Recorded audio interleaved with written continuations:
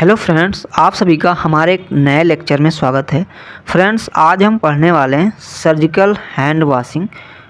आप सब लोग वीडियो लास्ट तक देखना। इसके बाद जो भी आपके डाउट हैं सर्जिकल हैंड वॉशिंग को लेकर के वो सारे क्लियर हो जाएंगे। और आप सभी लोग अपने नोट्स भी बनाते चलना, क्योंकि इस वीडियो में हम आपको इंग्लिश और हिंदी दोनों में पढ़ाएंगे। तो आपका जिसमें भी मन होगा, हिंदी में या फिर इंग्लिश में, दोनों में आप नोट्स बना सकते हो।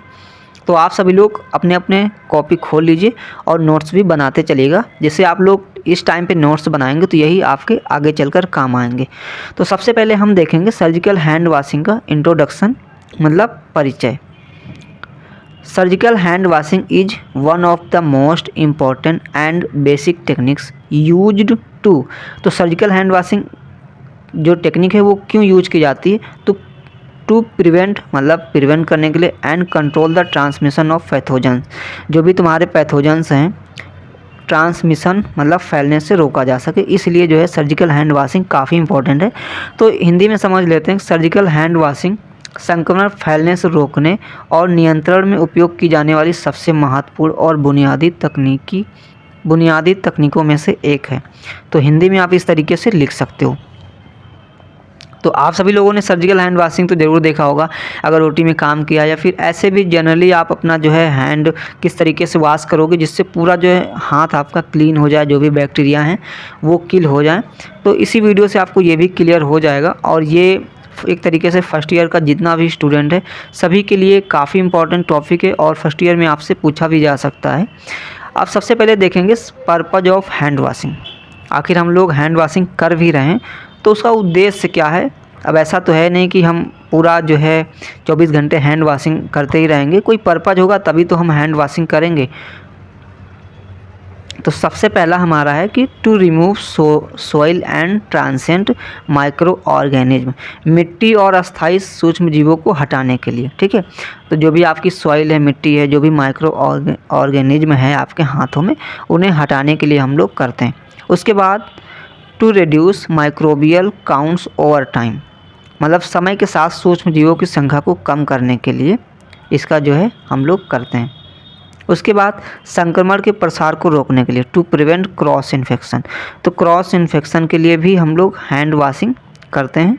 उसके बाद to protect our cells from infection, तो खुद को बचाने के लिए भी, ठीक है, हम लोग क्या करते हैं? सर्जिकल हैंड वॉशिंग करते हैं या फिर हैंड वॉशिंग करते हैं। मान लिया किसी को आपने टच किया, ठीक है, मान लिया किसी को चोट लगी है, अब उससे आपने हाथों से टच कर लिया तो क्या होगा? आपको भी प्रॉब्लम हो सकती है। तो इसलिए आप खुद हैंड वॉशिंग करेंगे तो आप जो है खुद को बचा लेंगे, खुद को प्रिवेंट कर लेंगे। अब इंडिकेशन क्या है? ठीक है, सर्जिकल हाथ धोने के संकेत। आखिर हमें कब कब हाथ धोना चाहिए वो भी आपको पता होना चाहिए।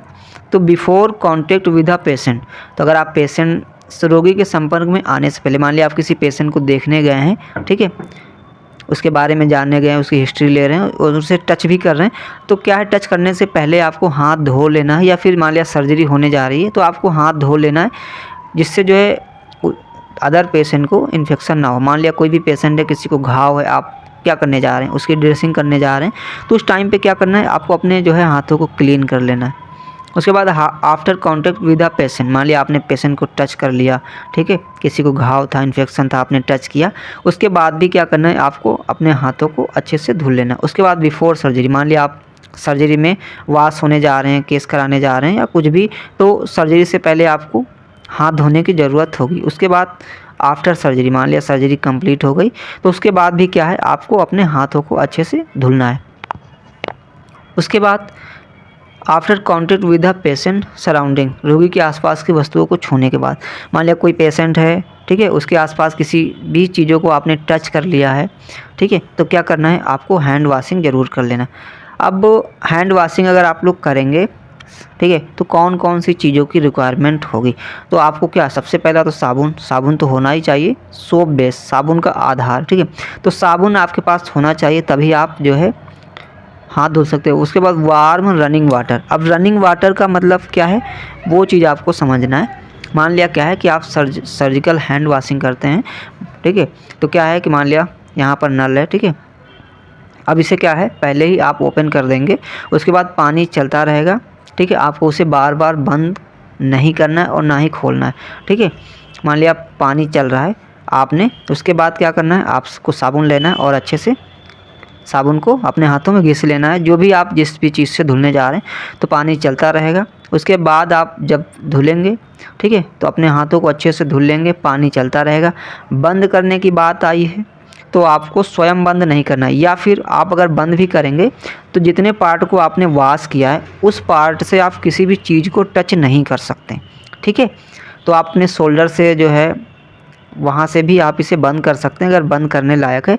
रनिंग वाटर का मतलब बहुत सारे ऐसी भी चीज़ें होती हैं जो सेंसर लगा होता है, आप सिर्फ हाथ दिखाएंगे और वो चालू भी हो जाएगा और बंद भी हो जाएगा, तो ये भी होता है। या फिर टाइमर भी लगा होता है, ठीक है, टाइमर लगा होता है। मान लिया आपने 1 मिनट के लिए पानी को ऑन कर दिया, 2 मिनट के लिए कर दिया, 3 मिनट के लिए कर दिया, तो इतने टाइम तक वो चलता रहेगा, उसके बाद बंद हो जाएगा। तो वार्म का मतलब गर्म, अगर गर्म अवेलेबल है तो अच्छी बात है, नहीं है तो फिर आपको जो भी पानी अवेलेबल उसी से ही आपको तो धुलना पड़ेगा, ठीक है। अब गर्म पानी है तो अच्छी बात रहेगी कि हाँ उसमें किसी प्रकार का कंटामिनेशन नहीं रहेगा, बैक्टीरिया नहीं रहेंगे, तो अच्छा रहता है। उसके बाद पेपर टॉवल, मान लिया आपने अच्छे से धुल लिया, ठीक है। अब आपके हाथों में काफ़ी ज़्यादा पानी भी लगा है तो क्या करेंगे, उसके लिए आपके पास पेपर टॉवल होगा, पेपर है, टॉवल है, तो किसी ना किसी चीज़ से आप पोंछ लेंगे पानी को, जिससे जो है नीचे भी नहीं गिरेगा, तो ये चीज़ें रहेगा।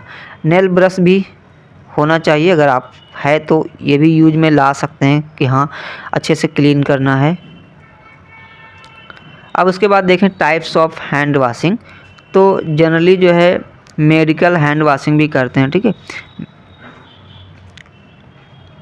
अब मेडिकल हैंड वाशिंग की बात करें तो 40 से 60 सेकेंड हम लोग क्या करते हैं, धुलते हैं। मान लिया आप ऐसे जनरली पेशेंट है, जनरली आप देख रहे हैं उसे, तो एक तरीके से 50 से 60 सेकेंड में यूजिंग एंटीसेप्टिक के द्वारा आप उसे धुल सकते हैं। या फिर यूजिंग सैनिटाइज़र, क्या है कि मान लिया आप हाथ नहीं धुल रहे हैं तो सैनिटाइजिंग भी कर सकते हैं, सैनिटाइज़र का भी यूज कर सकते हैं। 10-15 मिनट आप अपने हाथों पे उसे ले लेना, घिस लेना है पूरे में अच्छे से, तो क्या हो जाएगा, बैक्टीरिया जो है किल हो जाएंगे। मान लिया आप किसी पेशेंट को बार बार टच कर रहे हैं तो आप बार बार हाथ धुलने तो नहीं जाएंगे ना, तो ये चीज़ कर सकते हैं। या फिर पेशेंट को टच करना है तो आप सैनिटाइज़र का भी यूज करेंगे, तो ये हो जाएगा हमारा क्या, मेडिकल हैंड वाशिंग। उसके बाद आता है हमारा सर्जिकल हैंड वाशिंग। अब सर्जिकल हैंड वाशिंग समझना, सर्जिकल हैंड वाशिंग का मतलब कि आप सर्जरी में इन्वॉल्व होने जा रहे हैं, या फिर आप सर्जन हैं, या फिर स्टाफ नर्स हैं, या फिर आप टेक्नीशियन हैं, तो आप सर्जरी में सर्जन का साथ देने जा रहे हैं। तो अब उसमें आपका क्या होना चाहिए, तो जब भी आप लोग हाथ को धुलेंगे तो उसकी ड्यूरेशन क्या होनी चाहिए, 3 से 5 मिनट के बीच में होनी चाहिए। इतने टाइम तक आपको हाथ धुलना है। किसके द्वारा धुलना है, एंटीसेप्टिक, तो आपके पास एंटीसेप्टिक होना चाहिए, उसी के द्वारा 3 से 5 मिनट आपको धुलना है, ठीक है। अब सबसे बड़ी बात है, आखिर आप धुल भी रहे हो तो ऐसा नहीं कि 3 से 4 मिनट आपने अच्छे से धुल लिया हो गया, ऐसा नहीं। एक स्टेप होता है, जिस स्टेप को आप फॉलो करोगे तभी जो है आपके हाथ जो है वो अच्छे से क्लीन हो पाएंगे, साफ़ हो पाएंगे, मतलब जो भी माइक्रो ऑर्गेनिज्म होंगे वो किल हो जाएंगे, ठीक है। अगर स्टेप फॉलो नहीं करेंगे तो फिर उसका कोई मतलब नहीं निकलेगा, चाहे आप 5 मिनट तक क्यों ना हाथ धुलें। तो सबसे पहला है इम्पॉर्टेंट स्टेप।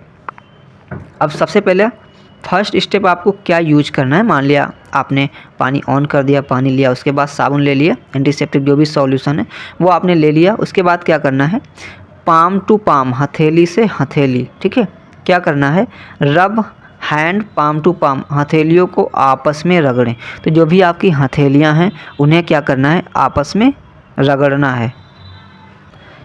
मैं आपको डायग्राम के माध्यम से अच्छे से एक्सप्लेन कर देता हूँ। देखो, पाम टू पाम मतलब इस तरीके से आप लोगों को अपने हाथों को रगड़ना है, ठीक है। मान लिया आपने साबुन ले लिया, एंटीसेप्टिक जो भी सॉल्यूशन ले लिया, तो कुछ इस तरीके से दोनों हाथों को आपको क्या करना है, पाम टू पाम रब करना है।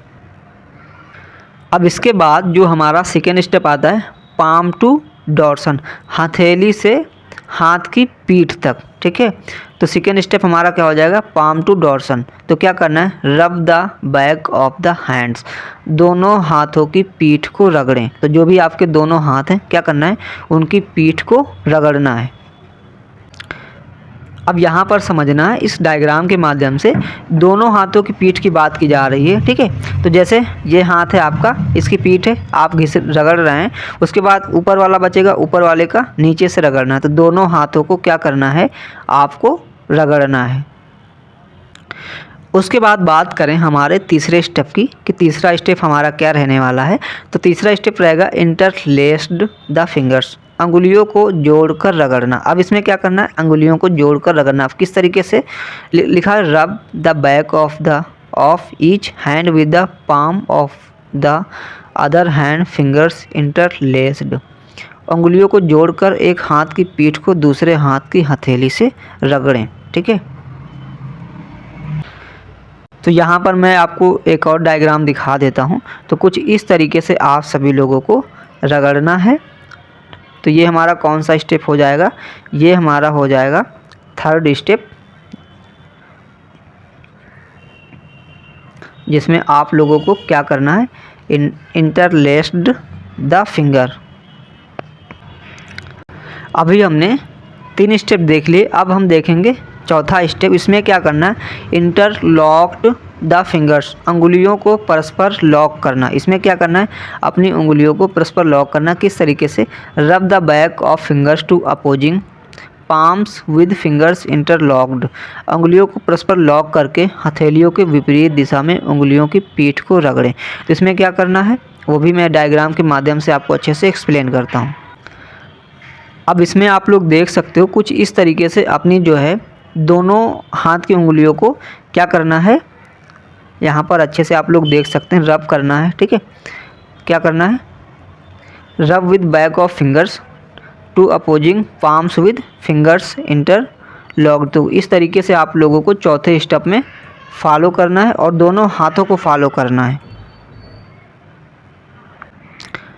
अब 5वें स्टेप की बात करें तो 5वां स्टेप जो हो जाएगा हमारा, रब the thumb in a rotating manner, अंगूठे को घुमाते हुए रगड़ना। तो क्या करना है, जो भी आपका अंगूठा है उसे आपको क्या करना है, घुमाते हुए रगड़ते रहना है। तो अब इसमें क्या है वो भी चलिए मैं आपको अच्छे से समझा देता हूँ। तो इसमें ये हो जाएगा कि इसमें हो जाएगा, rub each thumb clasped in the opposite hand using rotational moment. तो कुछ इस तरीके से हो जाएगा। अब यहाँ पर प्रत्येक अंगूठे को विपरीत हाथ की पकड़ में लेकर घुमावदार तरीके से रगड़ें। चलिए मैं डायग्राम के माध्यम से 5वां स्टेप भी आपको अच्छे से समझा देता हूँ।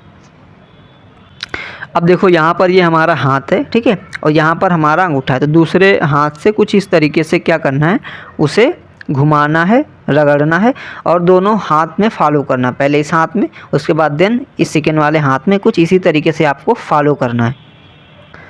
अब हम देखेंगे छठे स्टेप को। छठे स्टेप में क्या करना है, लिखा है रब the finger nails in a rotating manner. तो क्या करना है, नाखून को घुमावदार तरीके से रगड़ना है। तो जो भी आपके नाखून हैं, ठीक है, नाखून की जो फिंगर टिप है उसे कह सकते हैं, उससे क्या करना है, रगड़ना है, ठीक है। अब यहाँ पर लिखा है रब the tips of the finger nails in a circular motion. किस तरीके से, सर्कुलर मोशन में clockwise and anti clockwise, clockwise and anti clockwise आपको रगड़ना है, ठीक है। नाखूनों की नोक को घड़ी की दिशा और विपरीत दिशा में घुमावदार तरीके से रगड़ना है, ठीक है। तो जो आपके नाखून हैं उन्हें आप अगर घिसोगे तभी वो, मतलब कि आप रगड़ोगे तो क्या होगा, नाखून जो है आपके साफ़ हो जाएंगे।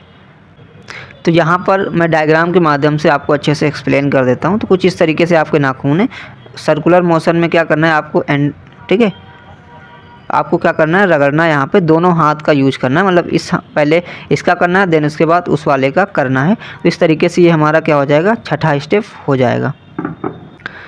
अब हम देखेंगे लास्ट स्टेप, जो कि 7 स्टेप होता है। देखो सर्जिकल हैंड वॉशिंग में टोटल हमें 7 स्टेप फॉलो करना होता है, 1 से लेके 7 स्टेप फॉलो करना होता है। और ये 7 स्टेप हमें पता होने चाहिए, तभी हम अच्छे से सर्जिकल हैंड वॉशिंग परफॉर्म कर पाते हैं। लिखा हुआ रिस्ट इन अ रोटेटिंग मैनर, कलाई को घुमावदार तरीके से रगड़ना। क्या करना है, आपकी जो कलाई होती है, रिस्ट होती, उसे घुमावदार तरीके से रगड़ना होता है इसमें। तो लिखा हुआ रब each wrist the opposite hand in a rotating motion, प्रत्येक कलाई को विपरीत हाथ से घुमावदार तरीके से रगड़ें। अब फ्रेंड्स यहाँ पर आप देख सकते हैं ये आपकी क्या है, कलाई है। तो इस हाथ से आपको पहले रगड़ना है, उसके बाद इस हाथ का यूज करके इस हाथ की कलाई को रगड़ना है। तो कुछ इस तरीके से आप लोगों को 7 स्टेप फॉलो करना है, ठीक है फ्रेंड्स। तो 7 स्टेप आप लोगों को इसी तरीके से फॉलो करना है। आई होप कि आपको ये पूरी क्लास अच्छे से समझ में आई होगी। अगर नहीं समझ में आई है तो आप लोग कमेंट ज़रूर करना।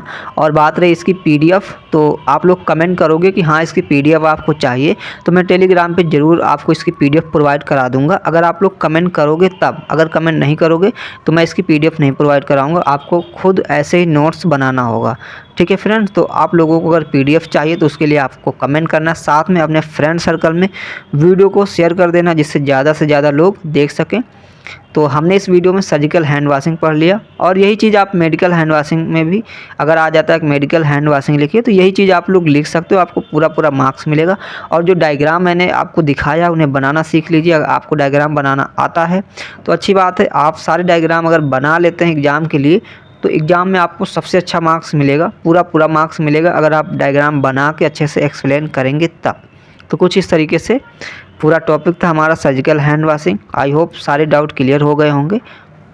तो चलिए फिर मिलेंगे नेक्स्ट टॉपिक के साथ। और आप लोगों को अगर पीडीएफ चाहिए तो प्लीज़ कमेंट ज़रूर करना।